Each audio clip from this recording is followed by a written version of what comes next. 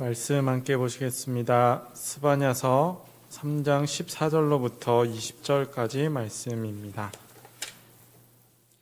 스바냐 3장 14절로부터 20절까지 말씀 한 절씩 교독하여 읽겠습니다. 시온에 따라 노래할지어다. 이스라엘아 기쁘게 부를지어다. 예루살렘 따라 전심으로 기뻐하며 즐거워할지어다.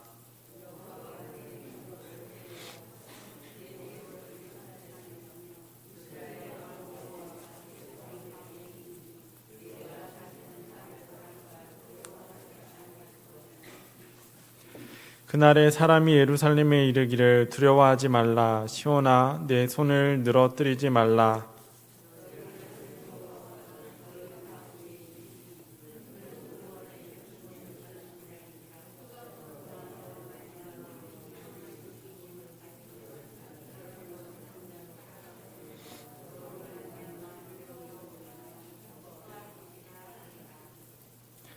내가 절기로 말미암아 근심하는 자들을 모으리니 그들은 내게 속한 자라. 그들에게 지워진 짐이 치욕이 되었느니라.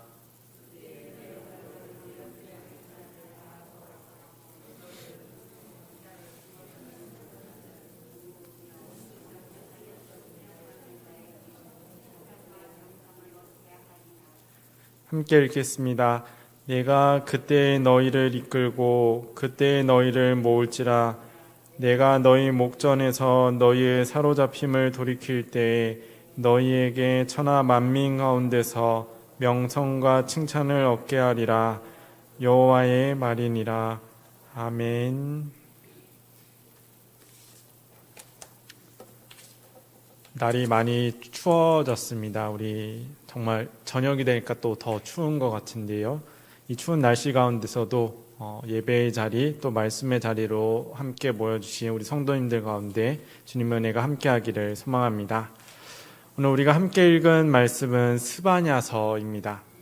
대부분의 예언서들은 예언자들의 이름을 따라서 제목이 붙게 되죠. 그래서 한 명의 예언자를 중심으로 말씀이 전개됩니다. 구성은 매우 단순하죠. 하나님의 말씀이 예언자에게 임하면 예언자가 그 말씀을 이스라엘 중에 혹은 특정한 사람들에게 선포하는 것입니다. 한편 성경을 연구하는 방법 중에 하나인 역사 비평에서는 이러한 예언서를 조금 다르게 해석하기도 합니다.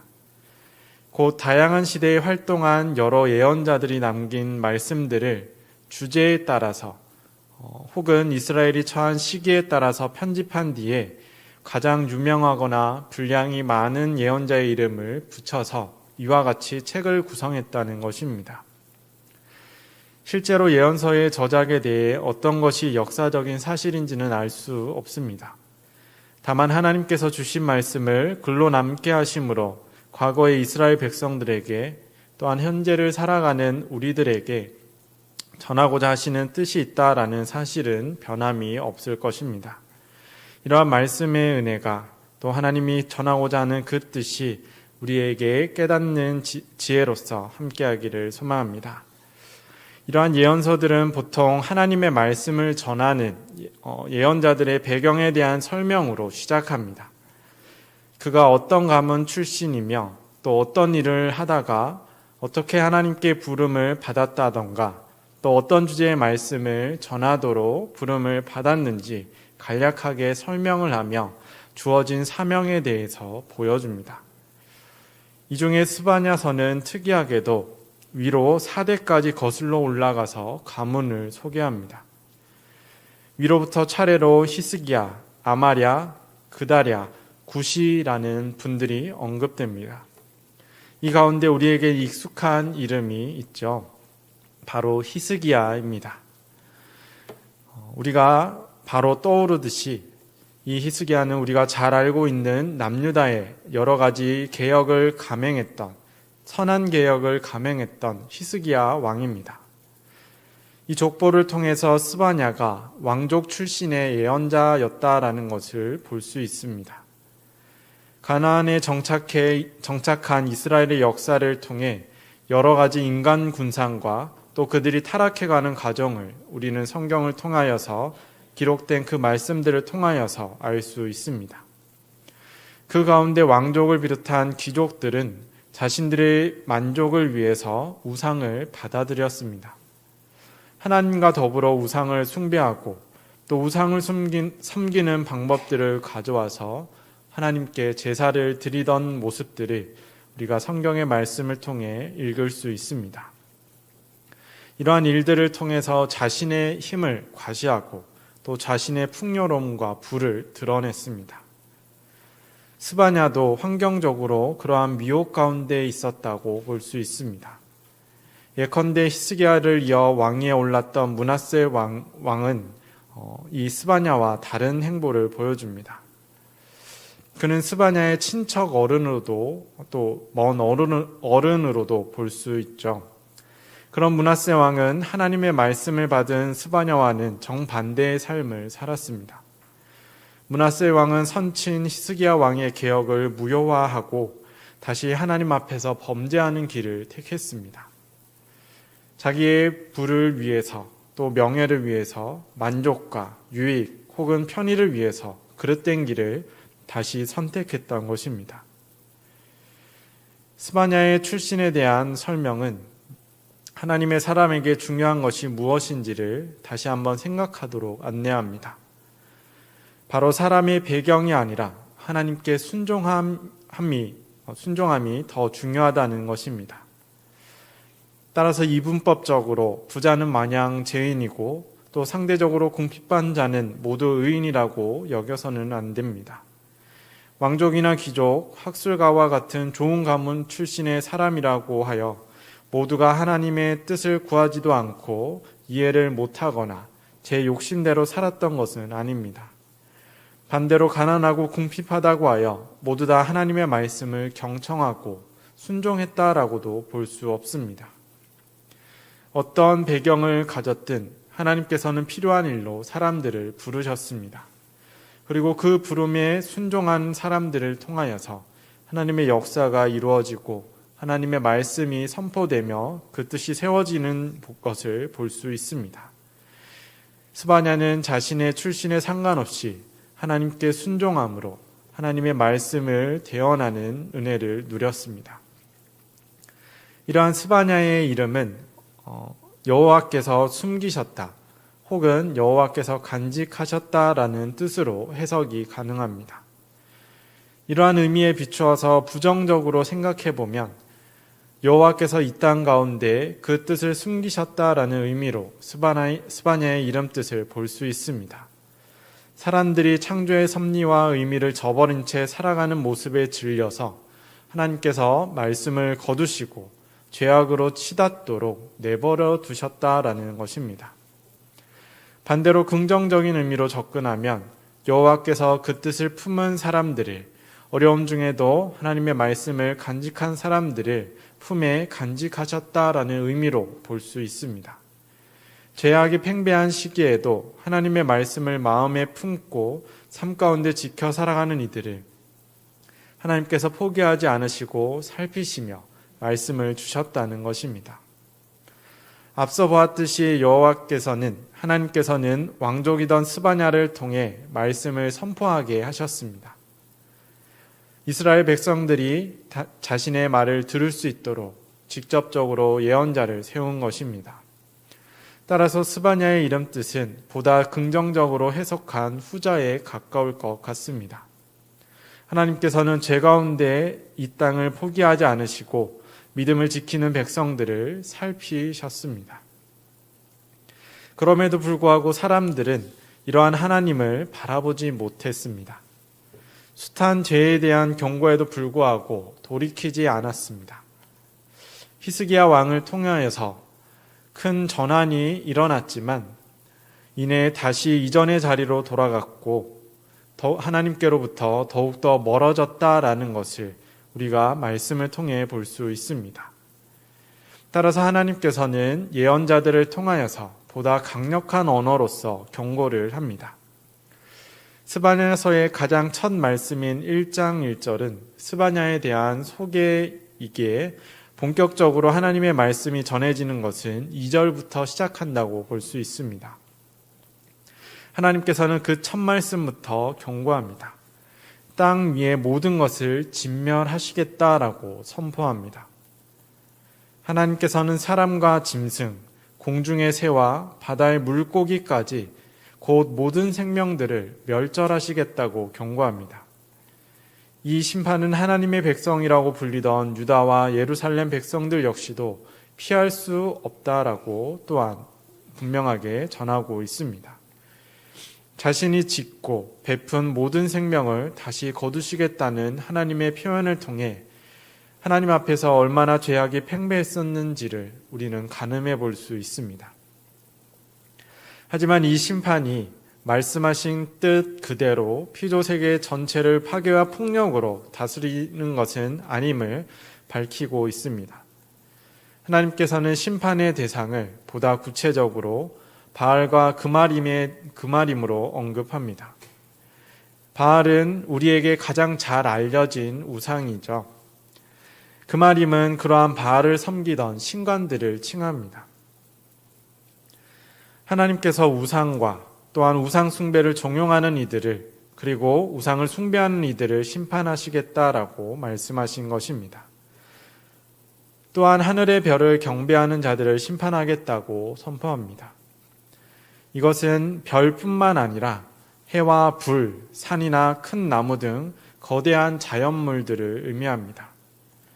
과거의 사람들은 정복하지 못하는 자연물과 현상들, 또 기이한 일들에 대해서 신성시 여겼습니다. 나아가 이것들을 신으로 숭배하기도 합니다. 이러한 모든 것들과 또 모든 현상들은 하나님께서 지은 세상의 일부에 지나지 않았지만 이스라엘 중에도 이러한 것들을 숭배하는 이들이 생겨났습니다.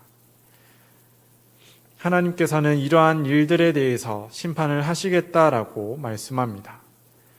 마지막으로 하나님께서는 자신에게 맹세하면서도 말감에게 맹세하는 이들을 심판하겠다라고 스바냐를 통해서 말씀합니다. 말감은 히브리어 멜렉과 같은 의미로 왕 혹은 왕들이라는 뜻을 가지고 있습니다. 곧 하나님을 의지한다고 하면서 세상의 왕들과 더불어 섬기고 의지하는 모양을 고발하신 것입니다. 이스라엘의 왕국 시대의 후대에 이를수록 다양한 강대국들이 일어나게 되고 그들로 인하여서 이스라엘은 위협을 겪게 됩니다. 이때 정치 지도자들이 행했던 것은 하나님 앞에 회개하여서 하나님의 뜻을 분별하여 나아간 것이 아니라 다른 나라들과의 정책적인 외교를 통하여서 이 위기를 타파하고자 했습니다. 이러한 일들에 대해서 하나님께서 경고하였음에도 불구하고 그들은 하나님을 섬긴다라고 말하면서 세상의 말감들과 교제하고 또한 그 힘을 더욱 의지하고자 했습니다. 이러한 모양에 대해 하나님은 고발하신 것입니다. 이러한 모든 죄들에 대하여서 1장 6절에서는 이렇게 정리합니다. 여호와를 배반하고 따르지 아니한 자, 여호와를 찾지도 아니하고 구하지도 아니한 자라고 이 모든 죄를 지은 사람들에 대해서 규정합니다. 또한 1장 9절의 말씀을 통해서 보면 포악과 거짓으로 주인의 집을 채운 자들이라고 표현합니다. 하나님을 알고서도 배신하여 우상과 뭇 왕들을 섬긴 자들, 또 하나님을 알면서도 하나님의 뜻을 구하지도 찾지도 않았던 자들, 그리하여 죄의 길을 지키며 자신의 배를 불리던 자들을 하나님께서는 심판하시겠다라는 것입니다. 스바냐는 자신과 같은 왕족과 지도자들 역시도 오히려 그들이 가장 먼저 이 심판에서 자유롭지 않음을 분명하게 밝히고 또한 그들에게 경고하고 있습니다. 그리고 하나님께서는 이 심판의 날을 여호와의 날이라고 칭하며 그날이 가까워져 오고 있음을 알려줍니다. 두루 말씀하신 이들과 죄들이 심판받는 날이 가까이 다가왔다는 것이죠. 하지만 1장 7절 말씀을 통해서 그때 하나님께서 청할 자들을 구별해 두셨음을 또한 알려주고 있습니다. 바로 심판이 코앞까지 당도한 때에 하나님께서 그 심판 가운데서 구원할 이들을 구별하여 두셨다라는 것입니다. 앞서 살핀 말씀들의 표현을 빌리면 하나님께만 제사를 드리고 하나님만을 경배하며 하나님 앞에서만 맹세한 이들을 구별하여 부르시겠다라는 말씀이죠. 따라서 진멸하시겠다라는 경고는 모든 세상이 아니라 그 세상을 채우고 있는 죄임을 알 수 있습니다. 한편 여호와의 날에 임할 심판은 이스라엘 민족만을 향해 있지 않습니다. 스바냐서 2장에서는 여호와의 날, 이웃의 나라들이 받을 벌에 대해서도 말씀합니다. 가사와 아수르 등 여러 나라와 민족들과 그들의 여러 잘못들에 대해서 언급되는데 이 가운데 심판받는 이유는 하나의 죄로 추려집니다. 바로 하나님 앞에서의 교만입니다. 하나님 앞에서 그들이 교만히 행했다라는 것입니다. 앞서 이스라엘이 하나님의 존재를 알면서도 욕심을 위해 우상을 섬겼다면 이방 민족들은 처음부터 하나님은 존재하지 않는 것처럼 행하고 말했습니다. 스바냐의 조상이었던 히스기야 왕의 통치 시기에 아수르의 사네립 왕이 남유다를 침략했던 일이 있습니다. 그때 아수르의 장수 랍사게가 이스라엘을 향해 자신들이 출병한 이유를 이렇게 선포합니다. 하나님께서 우리를 보내어 너희로 섬기게 하였다라는 것입니다. 우리가 이렇게 너희를 침략하고 애워싸 무너뜨리는 것이 하나님의 말씀과 뜻이라고 이야기하며 이스라엘을 조롱했습니다. 이처럼 여러 이방 나라들이 이스라엘을 핍박하고 자신들의 신 앞에서 하나님의 존재를 부정했고 또한 헛되다고 여겼습니다. 그렇기 때문에 이방인들은 욕심대로 말을 내뱉고 욕심대로 폭력을 행하며 욕심대로 하나님께서 지으신 생명들을 빼앗아 갔습니다. 하나님께서는 그런 이방인들의 죄 역시도 심판하실 것이라고 선포합니다. 이처럼 하나님께서는 자신의 날이 이르면 그 날이 오게 되면 이스라엘로부터 이방 민족에 이르기까지 이 땅의 모든 사람들과 또한 그들의 죄가 심판받을 것이라고 경고합니다. 그때에는 그들이 의지하는 우상도 그토록 자랑하던 힘과 군사들도 또한 목숨처럼 소중히 여기던 금은보화도 아무런 도움이 되지 못한다라고 말씀합니다. 지금은 너희를 지키는 것처럼 또 너희의 모든 권력을 유지할 수 있는 힘처럼 보이지만 하나님의 심판이 임하는 그 날에는 그 모든 것들이 아무런 소용이 없다라는 것입니다. 이 심판을 본 모든 이들이 깜짝 놀랄 정도로 하나님의 심판은 무섭고도 매섭게 임할 것임을 경고합니다. 하나님께서는 그 심판의 날, 곧 여호와의 날이 그들 앞에 도달했다라고 경고하고 있습니다. 이처럼 여호와의 날은 무섭게 임할 심판의 날이었습니다. 그래서 그때가 이르면 하나님께서는 모든 죄를 자비 없이 심판하십니다. 하지만 그럼에도 불구하고 그때는 모든 것이 멸절하는 때가 아님을 또한 말씀하고 있습니다. 1장의 이스라엘의 죄에 대한 심판과 2장의 이방인들과 그들의 죄에 대한 심판 예언 사이에는 짧은 세 구절의 말씀이 나와 있습니다. 이 짧은 세 구절의 말씀은 심판을 선포하신 하나님의 의도가 무엇인지를 보여줍니다. 스바냐서 2장 1절로부터 3절까지의 말씀입니다. 수치를 모르는 백성아 모일지어다 명령이 시행되어 날이 겨우같이 지나가기 전 여호와의 진노가 너희에게 내리기 전 여호와의 분노의 날이 너희에게 이르기 전에 그리할지어다. 여호와의 규례를 지키는 세상의 모든 겸손한 자들아 너희는 여호와를 찾으며 공의와 겸손을 구하라. 너희가 혹시 여호와의 분노의 날에 숨김을 얻으리라. 아멘. 하나님께서는 심판의 말씀 가운데 모이라고 말씀하고 있습니다. 세상에서 하나님의 규례를 지키던 겸손한 이들에게 하나님을 찾고 그 공의와 겸손을 계속해서 구하라고 주신 말씀입니다. 이들은 하나님 앞에서의 죄가 평범한 일상처럼 받아들여지던 세상에서 하나님의 규례를 지키며 살아갔던, 또 믿음을 지키며 살아갔던 자들입니다. 하나님께서는 그들이 가졌던 신앙의 겸손을 따라서 자신의 의를 구하라고 다시 한번 권면합니다. 이는 계속하여 하나님의 뜻을 분별함으로 바른 신앙을 지켜나가라는 것입니다. 하나님께서는 심판의 날에 그러한 이들을 숨겨 구원하실 것이라고 약속하고 있습니다. 또한 이들과는 반대에 서 있는 이들도 부르십니다. 이들은 수치를 모르던 자들이었습니다. 오늘 본문에 앞선 스바냐서 3장 5절에는 하나님께서는 의로우시고 불의를 행하지 않으시며 아침마다 빠짐없이 자기의 공의를 비추신다라고 설명하고 있습니다.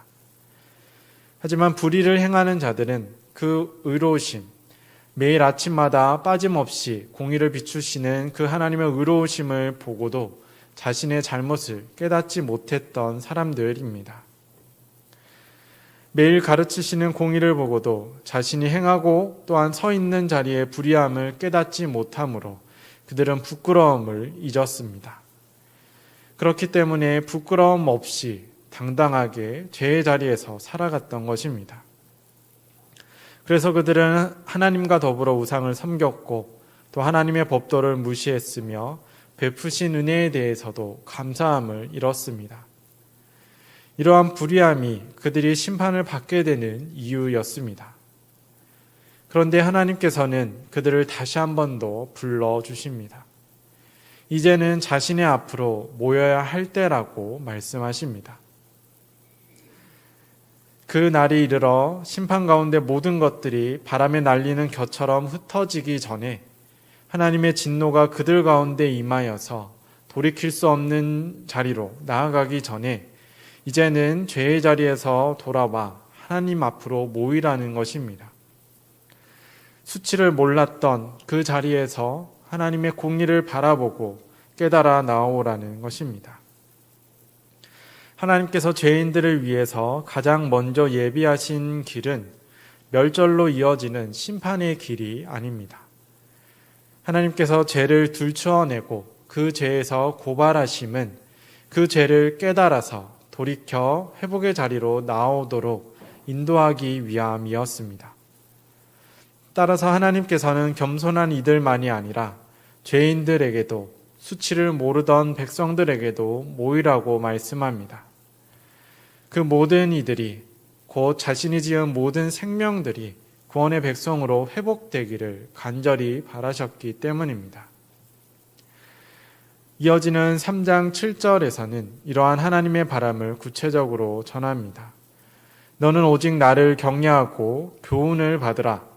그리하면 내가 형벌을 내리기로 정하기는 하였지만 너의 거처가 끊어지지 아니하리라. 아멘.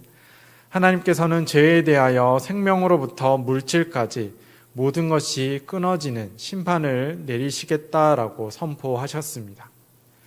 하지만 자신이 지은 피조 세계를 완전히 포기하지는 않으셨습니다. 그들이 돌이켜 치유와 회복으로 나올 것을 믿으셨습니다.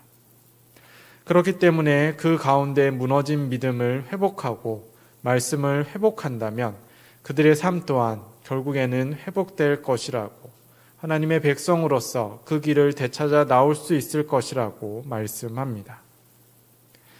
그리고 오늘 함께 읽었던 말씀을 통해 백성들에게 마지막으로 희망의 메시지를 전합니다.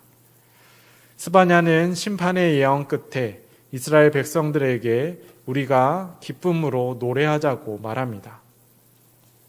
가장 첫 노랫말은 하나님께서 그들의 형벌을 제거하셨다라는 말씀입니다.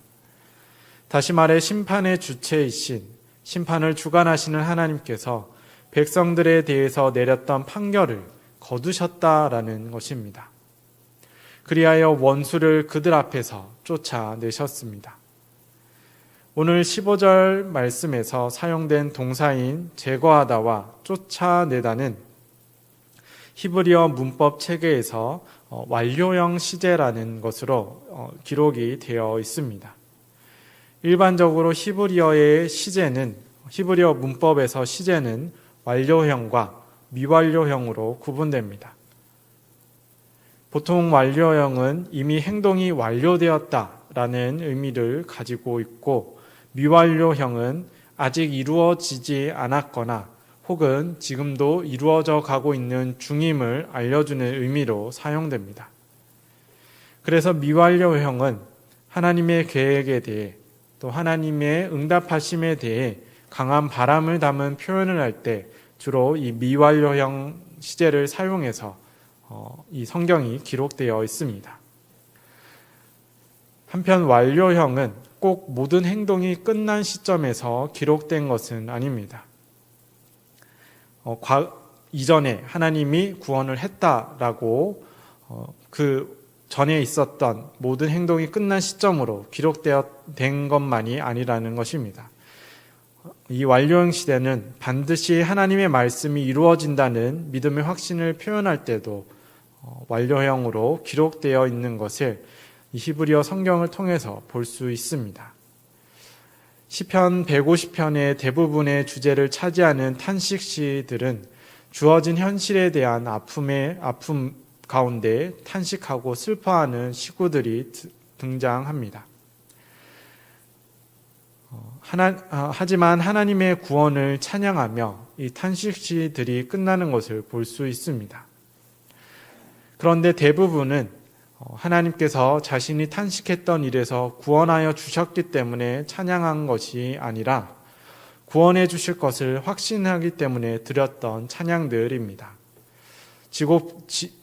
비록 지금은 힘들고 어려움 가운데 있지만 하나님께서 구원하실 것을 믿으며 나를 구원하셨다라고 선포하며 찬양한 것이죠. 오늘 본문의 스바냐가 함께 노래하자고 했던 말 역시도 마찬가지입니다. 하나님께서 심판과 더불어 약속하신 구원을 이미 이루셨기 때문에 기뻐하고 즐거워하는 것이 아닙니다. 심판에 비해 상대적으로 매우 짧은 구원의 말씀을 믿음으로 노래하자라는 것입니다. 하나님께서 반드시 내리신 판결을 돌이켜 제거하고 원수를 쫓아내어 이스라엘을 회복시켜 줄 것을, 그 백성들을 회복시켜 줄 것을 믿음으로 노래하고 우리가 즐거워하자라고 선포합니다. 그날 곧 약속된 심판의 날에 하나님의 사람은 이스라엘을 향해 두려워하지 말고 손을 늘어뜨리지 말라고 또한 외칩니다. 손을 늘어뜨리는 것은 아무것도 할 수 없어 손을 놓고 포기하는 모양을 의미합니다. 하나님의 날이 이르는 것을 두려워하지 말라는 것입니다. 스바냐는 그들이 두려움을 이길 수 있는 이유에 대해 17절에서 이처럼 노래합니다. 표준 세번역 말씀입니다. 주 너의 하나님이 너와 함께 계신다. 구원을 베푸실 전능하신 하나님이시다. 너를 보고서 기뻐하고 반기시고 너를 사랑으로 새롭게 해주시고 너를 보고서 노래하며 기뻐하실 것이다. 하나님께서 함께 하시며 회복시켜 주신다라는 것입니다. 하나님께서는 자신의 절기를 지키지 못해 괴로워하던 이들을 모으시고 사람들에게 차별받던 장애인들을 구원하시고 우상을 거절하여 쫓겨난 이들을 모으시며 믿음을 지키다가 세상에서 손가락질 받던 이들의 명예를 회복시켜 주십니다. 이를 위해서 하나님께서는 심판을 선포한 그때에 자신의 백성들을 모아 치유하시고 회복시키실 것임을 분명하게 말씀하고 있습니다. 그리고 스바냐는 그 말씀을 우리가 믿음으로써 함께 기뻐하고 노래하며 하나님 앞에 모이자라고 말합니다. 스바냐는 심판 예언의 끝에 신실하신 하나님의 약속을 믿음으로 구원의 기쁨을 노래합니다. 이 구원의 약속을 믿을 때 하나님의 부르심에 응답해 그 품으로 모일 때 그 기쁨이 저희의 것이 될 것임을 노래합니다. 이 노래를 따라 우리가 하나님의 구원을 선포하며 하나님 앞으로 모이자고 믿음을 지켰던 우리뿐만이 아니라 수치를 모르던 그들 역시도 이제는 하나님 앞으로 모이자고 노래합니다. 하나님께서는 우리를 두고 참으로 기뻐하고 즐거워하십니다. 우리의 영혼을 고요한 평안으로 이끄시며 우리가 돌이켜 올 때 기쁨으로 환호하며 맞아 주십니다. 스바냐는 마지막으로 이처럼 애틋한 하나님의 마음을 전하며 믿음을 지키다 지친 이들도 또 하나님을 잊었던 자들도 이제는 하나님 앞으로 모일 때라고 외쳤습니다. 하나님의 날은 죄에 대하여는 자비가 없는 심판의 날입니다. 그 날에는 하나님 앞에서 모든 죄와 그 죄에 속한 모든 것들이 멸절되는 날임을 하나님께서는 또한 분명하게 말씀하셨습니다. 하지만 하나님 품에 남은 이들에게는 한없는 사랑을 주시는 기쁨의 날입니다. 우리와 같이 믿음을 지켰던 자들이 누릴 수 있는 기쁨의 날이며 또한 지금은 수치 가운데 있더라도 그 부끄러움을 깨달아 돌이켜 나오는 이들 역시도 기쁨을 누릴 수 있는 날입니다. 스바냐의 노래처럼 하나님께서는 그때에 우리 안에 모든 죄의 형벌을 제하시고 우리의 원수를 쫓아내어 주십니다. 하나님의 약속을 굳게 믿음으로 하나님 앞에 모이며 이 땅에서 먼저 하나님 나라의 기쁨을 누리는 우리 모두가 되기를 소망합니다. 하나님께서 예수 그리스도를 통하여서 주신 그 구원의 약속을 언제 어디서든 또한 어떠한 상황에서든지 나의 것으로 굳게 믿음으로 또한 이미 주신 그 기쁨을 굳게 믿고 누림으로 주님 앞에 모이며 주님의 품 가운데서 주님의 한호를 받으며 언제나 주님 앞에 나아갈 수 있는 우리 모두가 되기를 주님의 이름으로 축원드립니다.